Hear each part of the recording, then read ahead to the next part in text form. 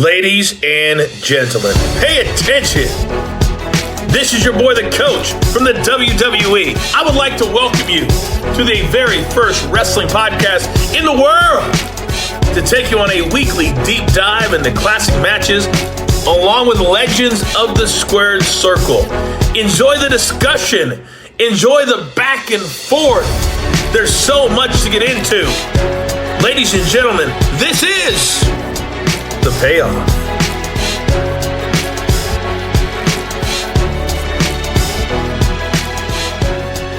Welcome to an all-new episode of The Payoff. I'm Tom. That's Jeff.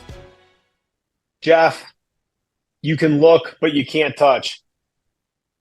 Yeah, it's you'll see one of the reviews I'm going to read here. Spoiler at the end here. So, is Charlotte the woman to carry the future of the division forward? So, based on this performance, so I'm interested to see how this one does because not the best. So, is this our first Nikki Bella match?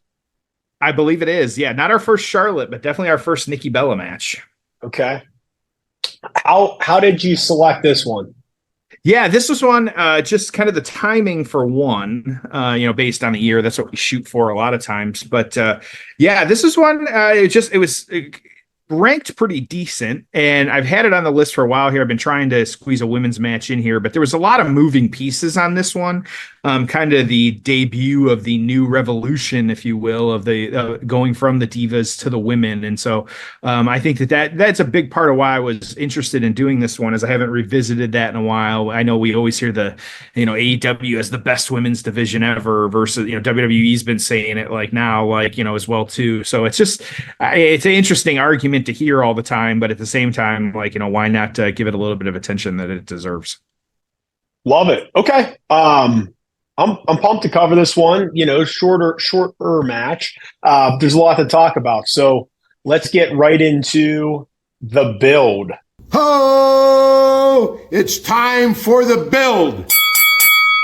It's interesting because so often we pull up some of the quote unquote B show cards from this era. And I'm like, was not the best card, or, some of them are like SmackDown only or Raw only or whatever. Dude, this show is loaded. Okay, loaded. So LA, Staples Center, 17,000, October 25th, 2015. Just get a load of this card, man.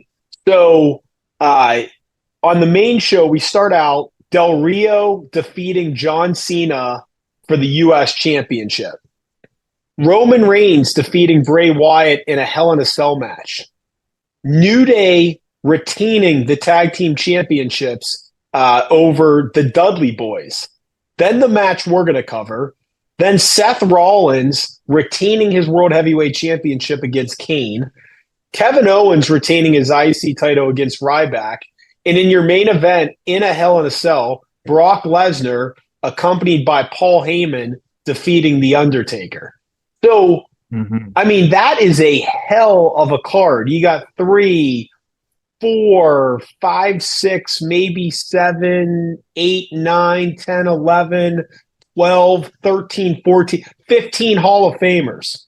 Okay? Yeah. Almost everyone on this card was a Hall of Famer. I'm assuming the New Day will be at some point. We know Bray will be. Cena, Dudley's are. I'm assuming are the Bellas Hall of Famers yet? Yes, I believe so. So. I think they went in. Okay. Yeah, Charlotte will be, Seth will be, Kane is, KO will be, Lesnar, Undertaker, Heyman. What a lineup, man! But just a hell of a show. Yeah. From a and again, just that, considering it's kind of a B show, right? Pretty interesting. And I'm just even looking, I just out of curiosity, I pulled up the following show, which was the Survivor Series. And I'd argue that this show was better than Survivor Series the following month. And here, before you get into the build of this, just a little fun fact. So the following pay-per-view Survivor Series, the main event, in a tournament final for the World Heavyweight Championship, Roman Reigns is going to defeat Dean Ambrose, but then right afterwards, Sheamus is going to cash in on Roman Reigns. Oh, that's right. Yeah, I forgot. Yeah, that was quite a moment. Didn't even remember that. So that's pretty funny. All right. So storyline standpoint, how did we get to this match? I did want to point out, did you you were going through the Hall of Famers on this card. Did you forget Ryback? No. Anyways. Okay. Yeah, how we get Nikki, we'll start views and things like this Hell in a Cell taking place at the end of October 2015, but we're going to go back to June. Actually, you had the Bellas were actually the heels on this one. You had Nikki retaining the title against Paige at the time. That was June 1st at Raw, and then again in Money in the Bank on June 14th. You then had Alicia Fox teaming with the Bellas, and so you got Team Bella at that point. So you've got the three of them, Nikki, Brie, and Alicia Fox in one team.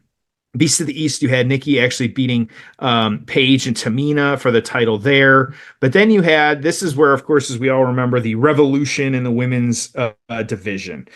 This was the debut of Charlotte and Becky actually teaming with Paige, and then Sasha debuting with debuting with a already debuted Naomi and Tamina. And so you've got these three teams kind of together and factions, that are in this storyline. So moving forward, you then had actually Nikki losing to Charlotte. It was we're taking the pin in a tag team match on Raw, and then again to Sasha Banks, and both in non-title matches. And so the three teams, you ended up having a 3-team elimination match. Actually, it's SummerSlam on that August 23rd. You had Team Bella. It was, remember, Team Bad and then Team PCB. And so those were the names for the other ones. And so then kind of moving forward a little bit here, you had Nikki defending her title against Charlotte, who pinned Brie after the twins had actually switched place to win the match. And so, of course, as we know, since the title can't change with DQ, there's shenanigans at this point. Nikki retained the championship. I remember, if you remember, this time too, there was a big push because of the connection with CM Punk and how they felt about CM Punk and AJ Lee, and they had left the company. There was a lot of talk at this time about making sure that record was surpassed. Whether that was just, the internet being the internet, who knows? But that allowed Nikki to actually beat AJ Lee's record of 295 days with the title. But Nikki dropped the title actually to Charlotte at Night of Champions. It was September 20th, ended her reign at 301 days. So this match, Night of Champions, like I said, was September 20th. Charlotte has the belt. This is actually a rematch of that match from the Divas title. I want to be clear, the Divas title from Night of Champions. And so a lot of like I said, the team elimination stuff, a lot of that happening, a lot of debuting and new things happening with the women's division at this point. But this is a rematch of that Night of Champions match. Got it. Okay. Are you ready? I got it pulled up, man. Let's do this. 1 hour, 20-minute mark. Hell in a Cell 2015. 1 hour, 20-minute mark. Are you ready? Let's do it. It's time for the payoff. Oh, it's time for the payoff. All right, here we go. Can you hear that? Yep, you're good. Good. Glad we fixed the sound issue. I like this. Yeah, the Peacock allowed us, whatever. Various teams out here at ringside making sure this is one-on-one. This is what you want to see, Michael, in a championship match. So this is interesting too. I know, like we said before, like debuting pretty much Charlotte. Like, she's had a few matches at this point, but she's really couple months green still at this point. Of course, she had the NXT run, but really this kind of main event singles match, this is where we kind of start to see it a little bit here happening. So, it's funny because, and I know that in different eras, people have said, "Oh, well, why didn't they make women's wrestling more prominent sooner?" And it's like the talent just wasn't there. I mean, this coincides with when they got some women into wrestling. I mean, they couldn't find anyone for Alondra Blaze to wrestle against back in the 90s. I mean, like in the entire planet, there were like a handful of women that were actually trying to be pro wrestlers, and you could only put a couple of them maybe on national TV because they weren't even good enough. So it's just amazing how far it came. And, it's just, I don't care who you are, never, I don't think would have people expected that, fast forward a few years and women's only pay-per-view. And I think the biggest testament to all of this is like, it's not being done like for the sake of equality. It's being done because they're just that good. I mean, there are years the women's Royal Rumble is better. There are years the women's War Games is better. Nobody was questioning the triple threat match to finish WrestleMania. I think if we would have, and maybe we will get Becky and Ronda at some point, that's a main event match at a night of a WrestleMania. I mean, it's like they're just that good. I want to ask you a question. So I feel like there's three potential people that could beat Ric Flair's all-time world title reign. You've got John Cena, you've got Randy Orton, and you've got Charlotte Flair. So the question is it one of them? Is it none of them and you just keep Ric Flair with the championship kind of record? Or is there another person like a Roman Reigns that you would give it to? So what would you do if you were booking this? I think all three can do it. I think that Charlotte still has Jeff, anyone can do it because it's a work. Well, fair, yes. Yeah. I think Charlotte makes a lot of sense, especially I put her in a different category as being a woman. Like I think she has, a longer career ahead of her. And so it makes sense that she'll do it. Like, I think that they were, at least Vince was always very high on her. Like, who knows, like with Triple H and when she comes back and stuff like that, like, hard to say exactly what will happen with that.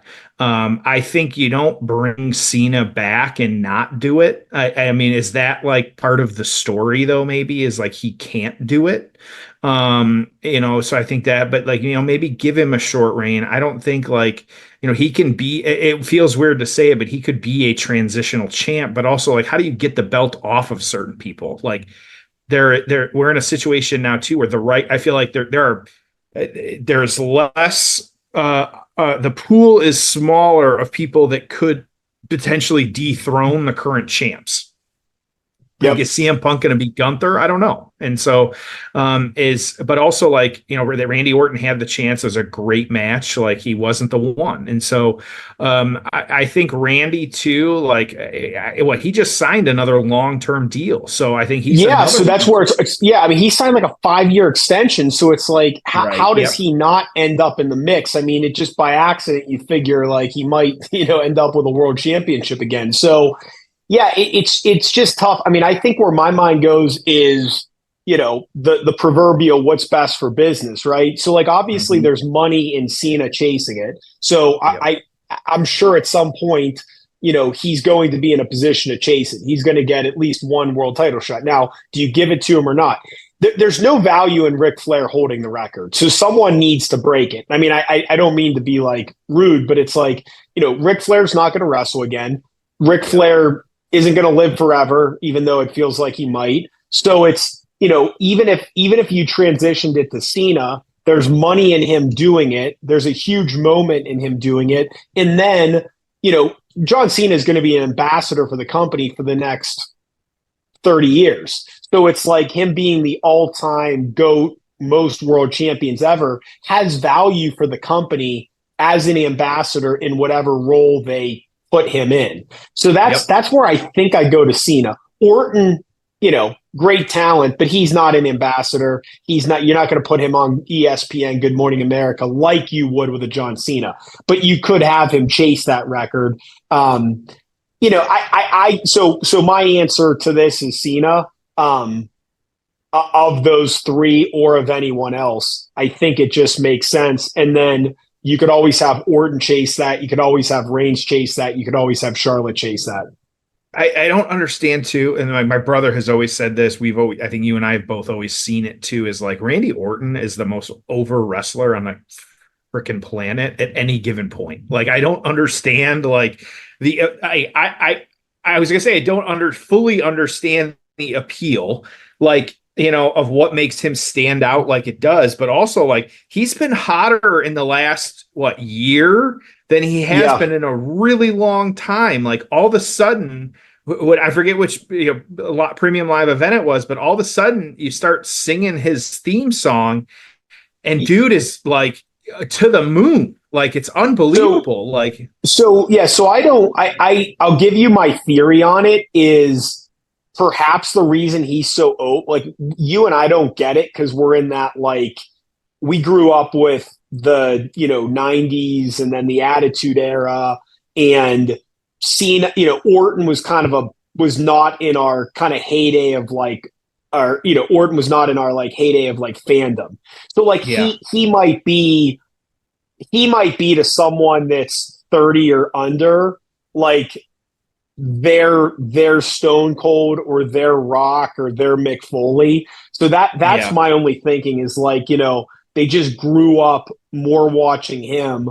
I was paying less attention to the product during Orton's prime than I was during another stretch, right? So someone that doesn't really care one way or the other about the Macho Man might be how I feel about Orton. So I think that might be just a generational thing. But if you grew up as a teenager watching Orton, you just think he's cool as shit. It's great. Hey, by the way, it's a very good match. I mean, Nikki looks really good in it. They both look. So I don't know if you saw recently that it was the Roman Heyman interview actually, and one of the things that Heyman was asked about the women's division, and he's like, they are just good performers and wrestlers. Yep. He's like, they don't need sex and they don't need appeal, I believe was the quote he used. It might have been at the Fanatics. Was that at the Fanatics panel discussion? Maybe. Yes. And so. But then I found it interesting too. There was a clip of Michelle McCool and the Undertaker floating around where they were in an interview, and Michelle was saying how they went out and did a match, and then they came back, and Vince was like, no, or whoever was like, go back and do it again. Your punches look better than the men's. And the story they told was that Jericho was wherever they were. Jericho was there too, and Jericho's like, that's not their fault. That's our fault. What?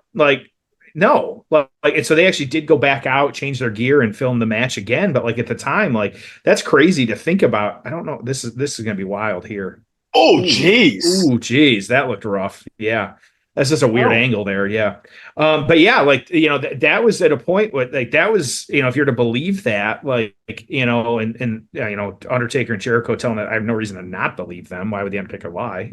But that was how they felt about the women at the time, and even at this point, we still have the Divas title at this point. That was still what was happening. If she gets it, couldn't quite get it there. Nikki's fighting going for the figure eight. Big time, trying to make it to the rope.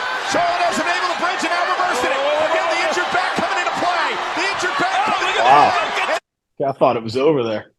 Nope, got to the rope. But yeah, to your overall point, yeah, I think that what's one of the more iconic pictures that we've seen in the last 5-10 years of wrestling, is Becky Lynch bleeding all over herself up, in the crowd and stuff like that. That was a big deal. A lot of the women's wrestling we're watching now, I get you and I aren't as into AEW, but the Toni Storm, Mina Shirakawa, Maria May story, that was really good. That went on for a long time. It's probably the best thing that they were doing out there. And so, Toni Storm has reinvented herself, and she's got a good gimmick over there now. Oh boy, right on the hardest part of the ring there. Yeah, a snap or a slap or a slingshot. Yep. Crazy. Wow. Oof. Yeah, that looked hard.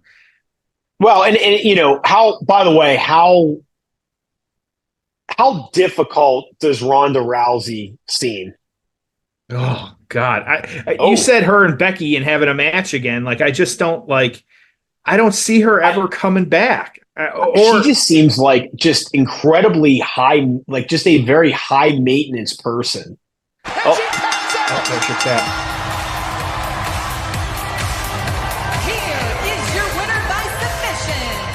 All right, Charlotte wins. Awesome match. Yeah, Becky or Ronda just seems like she's just incredibly high maintenance. Like she was, she just has all these grievances. And like, here's the thing: is like I get it. Like where being a performer, it was probably frustrating for them to like have Vince ripping up the scripts. But like, let me give you another. Like, let me give you a counterpoint. Like, be good enough that you can deal with that. Like you shouldn't like as a performer, it shouldn't throw you off that much that a writing team says, hey, just a heads up, we changed the finish, or hey, we're going in a different direction. Like you're in a creative environment. Like it's just different than UFC. It's different than a movie. I mean, I don't know what to tell you. Like, you know, at some point it's like, this is the company you work for. These are your bosses. Like, too bad. And it's like her attitude was like, well, it's bullshit that Vince did. Well, he runs the company. If you don't like it, you don't have to work there. Like, but you also could say, hey, you know what? Like, whatever. If things are changed, so what? We're going to sit down. We'll figure it out. And if they tell us right before we go out there, let's take it as a challenge. Like, I feel like things happen in your career that aren't like planned. I mean, it's just, it is what it is. Unlike UFC, I feel like she showed up and was like, wait, it's scripted. Like she was like stunned by that fact of like, wait, like there's like I don't just like go wrestle. Like, no, like you have to do. And she did have natural God-given talent on some of this stuff, but like, man, like just squandered. It's sad. Okay. Yeah. Okay. So, cool. Let's get to the aftermath. Ho! It's time for the aftermath. All right. What'd you think? That was great. I'd say too, especially in the context of like, this was early in the quote revolution. That was a really well laid out, well done match. I think it speaks a lot to Nikki because, you know, she had been around a lot longer, and it like shows how skilled she is. I thought it was just really good. Yeah. Yeah. Yeah. It really was. So I was very, very impressed with that match. I'm curious how it was received.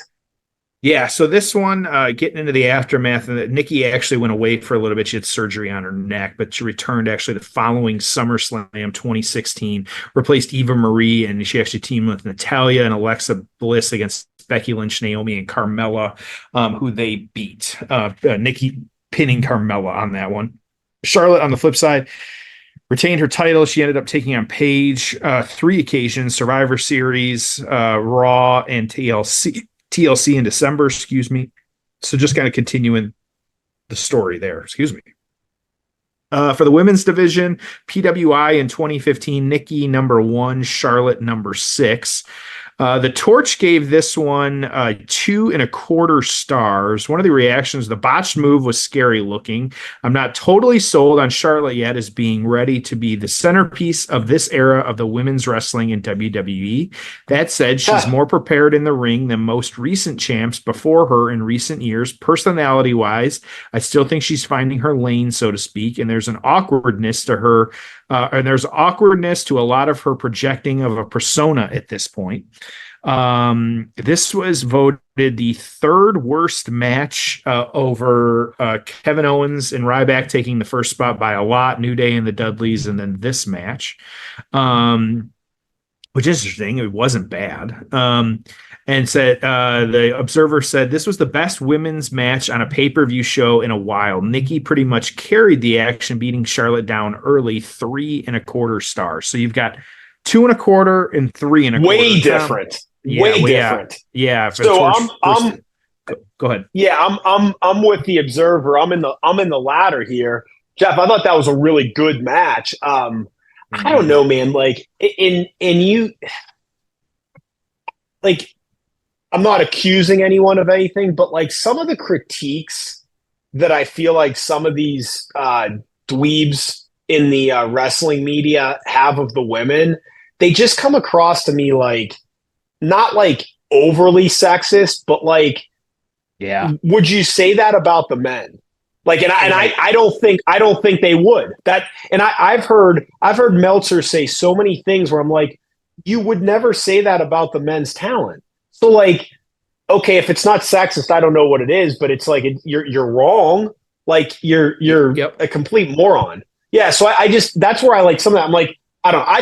I thought it was a very good match. Like, um, and I think too, like given the significance of the era and what women's wrestling has become, like I don't know, on in our payoff score, like give me that a 7.